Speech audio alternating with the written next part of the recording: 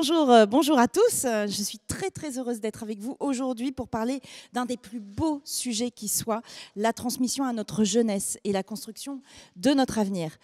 Parce qu'ils sont les citoyens de demain qui continueront à porter nos combats pour améliorer encore notre société, parce qu'ils sont les héritiers de notre terre, et puis parce qu'ils ont cette conscience qui nous regarde avec lucidité. Oui, la jeunesse, toutes les jeunesses, ont pour elles cette soif d'avenir, cette énergie sans compromission, prête à abattre les murs et prête à tout reconstruire. Et notre responsabilité d'adultes et de décideurs, c'est bien de la former à ce nouveau siècle qui est le sien. Et je suis très heureuse d'être ici avec de nombreux intervenants, avec Valérie Masson-Delmotte, Jean Jouzel, qui au GIEC savent mieux que quiconque que l'enjeu n'est plus de prouver l'impact de l'homme sur l'environnement. Car grâce à tous ces travaux et à ceux de l'IBES et de tous les scientifiques que je salue, nous connaissons aujourd'hui la responsabilité de l'homme sur les changements climatiques et sur la dramatique érosion de notre biodiversité. Et un des enjeux aujourd'hui, maintenant, c'est de transmettre ce savoir accumulé par des décennies d'excellence scientifique. Que tous les citoyens, que toutes les citoyennes s'en emparent pour agir concrètement contre les dangers qui nous menacent. Et je veux citer ici et rendre hommage à la Convention citoyenne pour le climat. 150 personnes tirées au sort avec des niveaux de sensibilité très variés au début sur les enjeux environnementaux. Et dès le premier week-end, ils sont arrivés, chacun de leurs horizons, chacun avec leur vie, chacun avec sa manière de voir l'écologie. Et ils se sont retrouvés confrontés aux faits, aux réalités de la science. Et ils le disent souvent, ils ont pris une claque. Et je dois bien dire que c'est en grande partie grâce à Valérie Masson-Delmotte. 2 heures avec elle et les voilà prêts à des mesures radicales pour transformer la société. Et cette prise de conscience qu'eux ont ressentie, qui leur a permis d'aller si loin dans leurs propositions, nous devons la reproduire à l'infini. Et je pense que la jeunesse est clé pour cela. Car il faut que le mouvement s'inscrive dans la seule durée pertinente qui dépasse les mandats et les responsabilités, celle d'une vie humaine, presque 100 ans pour les enfants qui naissent à l'heure où je vous parle. Oui, les enfants qui naissent aujourd'hui vont traverser l'entièreté du siècle. Et il faut leur donner tous les moyens de réussir. C'est tout l'enjeu de l'éducation au développement durable, donner aux générations futures les clés pour changer le monde de demain, pour ne pas reproduire les erreurs de leurs aînés, pour que collectivement nous apprenions du passé pour bâtir un meilleur avenir. C'est une chance inouïe pour notre société et dès maintenant, car la jeunesse, c'est cette force de changement qui est capable de tout chambouler sur son passage. Et bien sûr, on connaît tous l'engagement exceptionnel de jeunes bien connus comme Greta Thunberg, comme Luisa Neubauer ou Vanessa Nakate du mouvement Youth for Climate ou d'autres mouvements de cette jeunesse qui nous interpellent. Mais plus proche de nous, combien de foyers ont été questionnés sur leurs pratiques alimentaires par des ados ayant déjà intégré les impacts de la viande sur le climat et la biodiversité? Combien de parents rattrapés par la patrouille de leurs enfants pour ne pas avoir recyclé un emballage plastique? Combien d'adultes se sont vus reprocher de ne pas éteindre la lumière, de gaspiller l'eau, que sais-je encore? Tous, nous avons, d'une manière ou d'une autre, été face à ces enfants dont on pourrait oublier qu'ils sont, malgré leur jeune âge, déjà sûrs de leurs valeurs. Et qu'à travers eux, c'est toute la société de demain qui s'exprime. Au fond, la jeunesse est toujours un vent de changement. Et on n'arrête pas le vent. Mais je crois qu'on ne peut pas attendre d'une jeunesse, aussi consciente soit-elle de la gravité de notre temps, qu'elle détermine seule, d'elle-même, toutes les modalités, les processus techniques, les actes citoyens, petits ou grands, qui permettront au quotidien et pour la vie de transformer le monde. L'écologie, comme le reste, ça ne s'apprend pas seul. Et pour cela, il y a le cœur même de la promesse républicaine, il y a l'école. L'école qui construit des citoyens libres et conscients, soucieux de leur collectivité, des liens d'interdépendance qui nous unissent les uns aux autres. Ce rôle de l'école, il est gravé dans le marbre de la loi climat et résilience que je porte. Faire de l'enfant un citoyen éclairé sur les grands enjeux de la société et du développement durable est désormais officiellement l'un des objectifs de la formation scolaire. Et c'est l'objet de cette 13e journée scientifique de météo et climat qui va permettre d'aller encore plus loin dans la réflexion sur l'éducation au développement durable.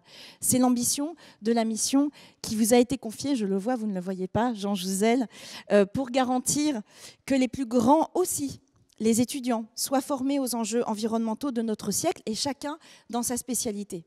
Et c'est le même esprit que je porte avec mon collègue Jean-Michel Blanquer à travers la loi climat et résilience et l'accord que nous avons signé entre nos ministères la semaine dernière pour accélérer l'enseignement de l'écologie dans les salles de classe, de la maternelle au lycée et au-delà.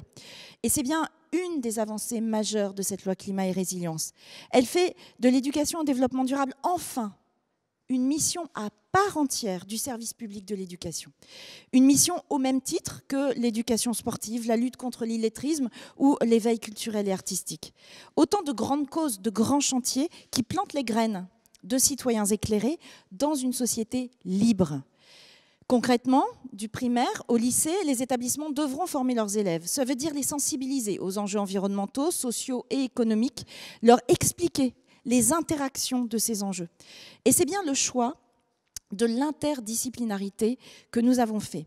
Non pas des créneaux de cours statiques, mais bien une infusion de l'écologie partout, dans toutes les matières et dans tous les cours, dans les SVT comme dans les sciences économiques, comme dans les mathématiques, comme dans les langues.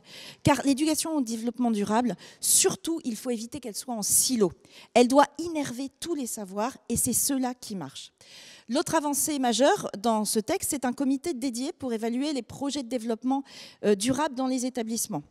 Aujourd'hui déjà, existent les comités d'éducation à la santé et à la citoyenneté dans les collèges et les lycées. Ils ont cette force de réunir tout le monde, les professeurs, les parents, les partenaires de l'école, les élèves, pour conduire des actions collectives. Ce qui veut dire, très concrètement, avec cette loi, que demain, ce comité construira également les actions sur le développement durable. Et donc l'éducation au développement durable va exister dans chaque matière, mais elle va aussi vivre dans les projets concrets qui viennent incarner les enseignements dans les problématiques de notre monde. Les élèves vont pouvoir conduire des projets sur le lien entre environnement et santé, par exemple, ou sur la sensibilisation aux impacts des gestes de consommation, sur la récupération des invendus alimentaires, le recyclage des déchets. Et cette éducation à l'écologie, c'est une ouverture au monde au sens le plus littéral du terme. C'est l'occasion aussi de développer l'autonomie, de développer la créativité, la curiosité dont les enfants ne manquent jamais. Et l'écologie, le développement durable, c'est aussi du très concret.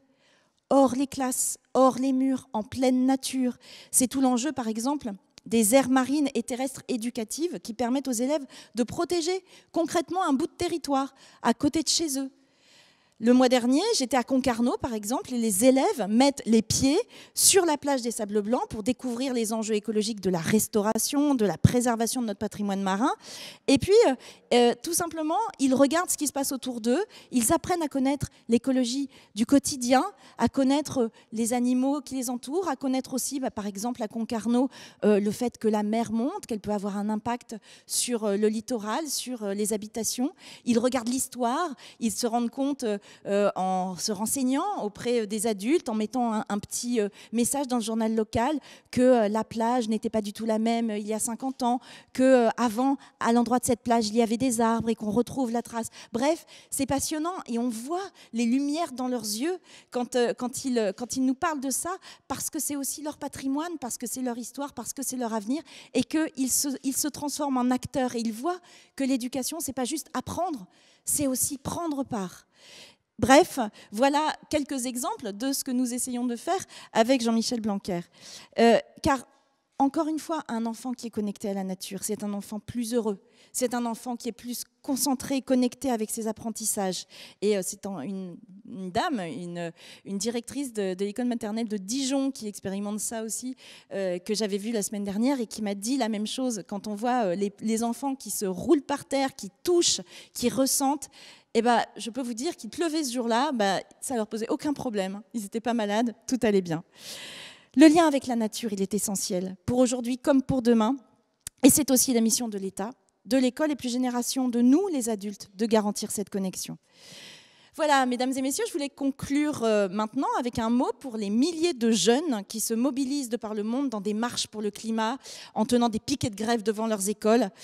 Quand je me retourne sur mon propre passé de militante écologiste, ça me fait chaud au cœur de voir que nos combats d'il y a 25 ans pour moi, hein, un peu plus longtemps pour d'autres, atteignent ce niveau de mobilisation aujourd'hui. Mais force est de constater que le profil de ces jeunes, le plus souvent, pas tout le temps, mais le plus souvent, c'est celui de jeunes qui sont très éduqués, qui bénéficient d'un capital culturel élevé. Or, l'écologie, ça concerne tout le monde, toutes les catégories sociales, et en particulier les plus modestes, car ce sont ces catégories qui subissent le plus lourdement les effets de la pollution de l'air, du réchauffement climatique, de l'extinction de la biodiversité. Et c'est pour cela que le rôle de l'école de la République, il est fondamental. Il s'agit de donner à chacun ce capital de connaissances, ce mode d'emploi de notre planète afin de mieux en mesurer la fragilité. Et c'est la condition d'une transition écologique massive qui n'oppose pas, mais qui rassemble. Et c'est la condition pour que nous puissions continuer à tenir cette promesse éternelle, refaite à chaque génération. Voici le monde en héritage, voilà les clés pour avancer et faire mieux. À vous de jouer maintenant. Je vous remercie.